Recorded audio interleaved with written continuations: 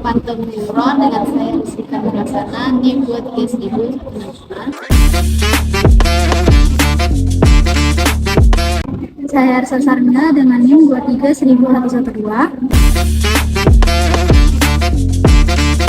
Saya Dita Elizabeth Panjaitan dengan NIM 23106.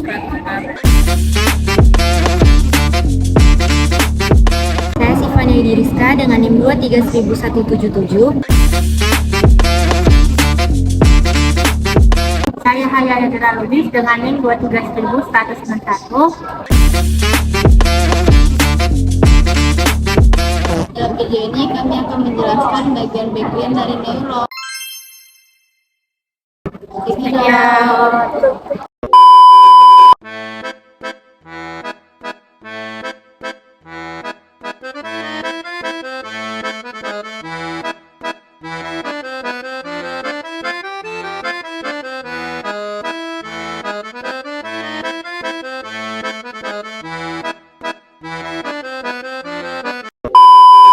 Pertama ada dendrit.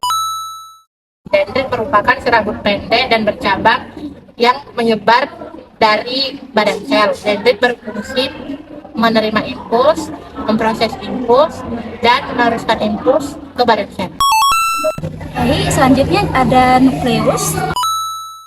Nah, dalam jaringan saraf terdapat inti sel atau biasa disebut dengan nukleus. Nukleus ini umumnya lebar, bulat, dan juga sedikit lonjong. Nah, nukleus ini berfungsi sebagai pengatur kegiatan sel saraf dan juga sebagai penerima impuls dari dendrit yang akan diterjemahkan oleh otak. Nah, selanjutnya impuls tersebut akan dikirimkan ke akson. Nah, di dalam inti sel juga terdapat kromosom dan DNA yang berfungsi untuk mengatur sifat keturunan. Dan juga nukleus ini terdapat di tengah-tengah badan sel. Yang ketiga ada retikulum endoplasma. Retikulum endoplasma merupakan organ terpenting yang terlibat dalam berbagai jenis impuls dalam sistem saraf. Retikulum endoplasma ditemukan dalam otot polos dan otot duri. Retikulum endoplasma terbagi menjadi dua, yaitu retikulum endoplasma kasar dan retikulum endoplasma halus. Retikulum endoplasma halus berfungsi menyimpan protein dan lemak. Retikulum endoplasma kasar berfungsi menyimpan protein. Retikulum endoplasma berfungsi mengontrol dan menyimpan ion kalsium yang berperan sangat penting dalam sistem saraf. Yang keempat ada mitokondria. Mitokondria merupakan organel dengan membran ganda yang terdapat pada sel eukariotik. Mitokondria ditemukan pada sel saraf, otot, dan hati. Mitokondria berfungsi sebagai pembangkit tenaga sel, yaitu mengubah energi dari makanan yang dimakan menjadi energi yang dapat digunakan oleh sel. Selanjutnya adalah badan Golgi. Nah, badan Golgi pada sistem saraf adalah organel yang terbentuk dari tumpukan kantong pipi. Fungsi utama dari badan Golgi dalam sistem saraf adalah mengolah, memodifikasi, dan mempersiapkan protein dan lipid yang larut untuk diteruskan ke permukaan sel.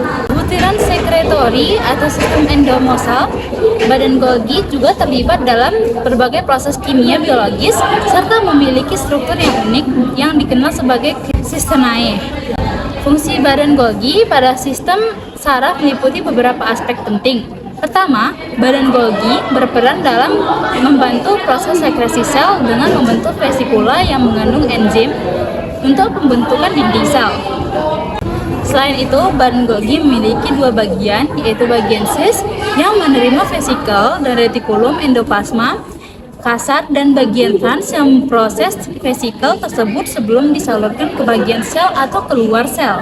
Secara keseluruhan, badan Golgi dalam sistem saraf terlibat dalam proses pembentukan dinding sel, pengaturan proses sekresi sel, dan pemrosesan vesikel untuk distribusi ke bagian sel yang tepat. Kemudian selubung mielin. Selubung mielin merupakan selubung yang melilit setiap sel saraf atau neuron. Ini adalah lapisan pelindung lemak atau lipid dan protein yang melapisi bagian tubuh utama neuron yang disebut akson. Selubung mielin memiliki tiga fungsi. Yang pertama, lapisan protein lemaknya memberikan insulasi pelindung untuk sel saraf, seperti penutup insulasi plastik yang membungkus kabel listrik. Kedua, memungkinkan impuls listrik bergerak dengan cepat dan efisien antara satu sel saraf dengan sel saraf lainnya. Yang ketiga, mempertahankan kekuatan pesan impuls saat bergerak ke bawah akson.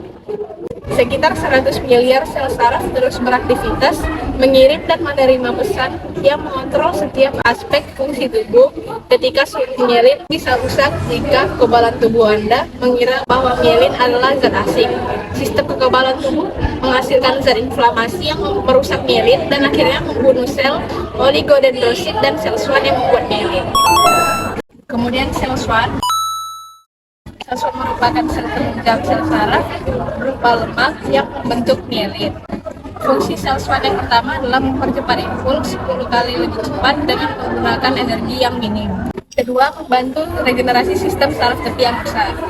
Ketiga, membantu menyediakan makanan untuk neurin. 4, memelihara akson. 5, melakukan fagositosis sistem saraf yang rusak. 6, menggantikan fungsi akson sebelum tumbuh kembali.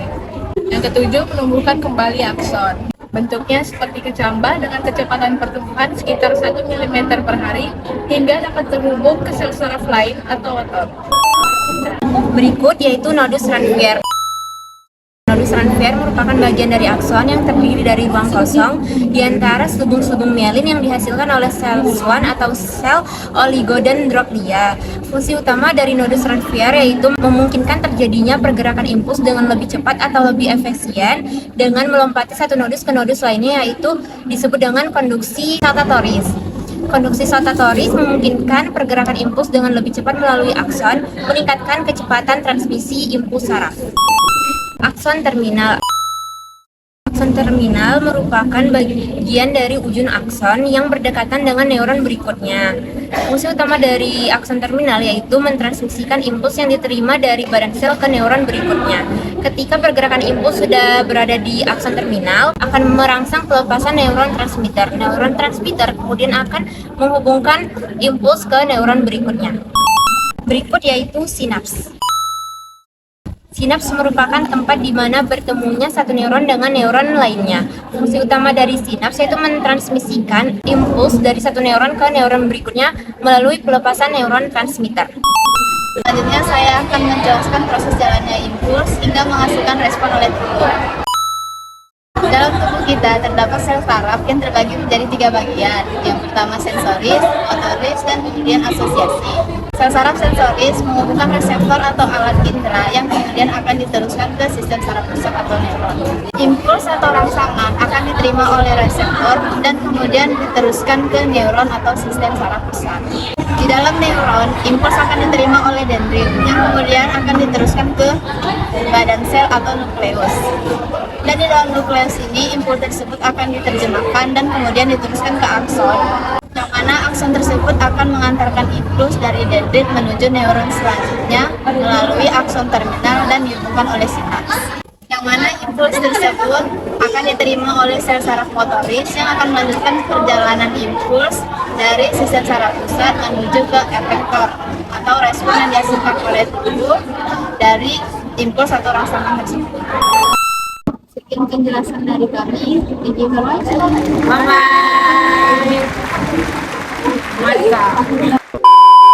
Thanks for watching.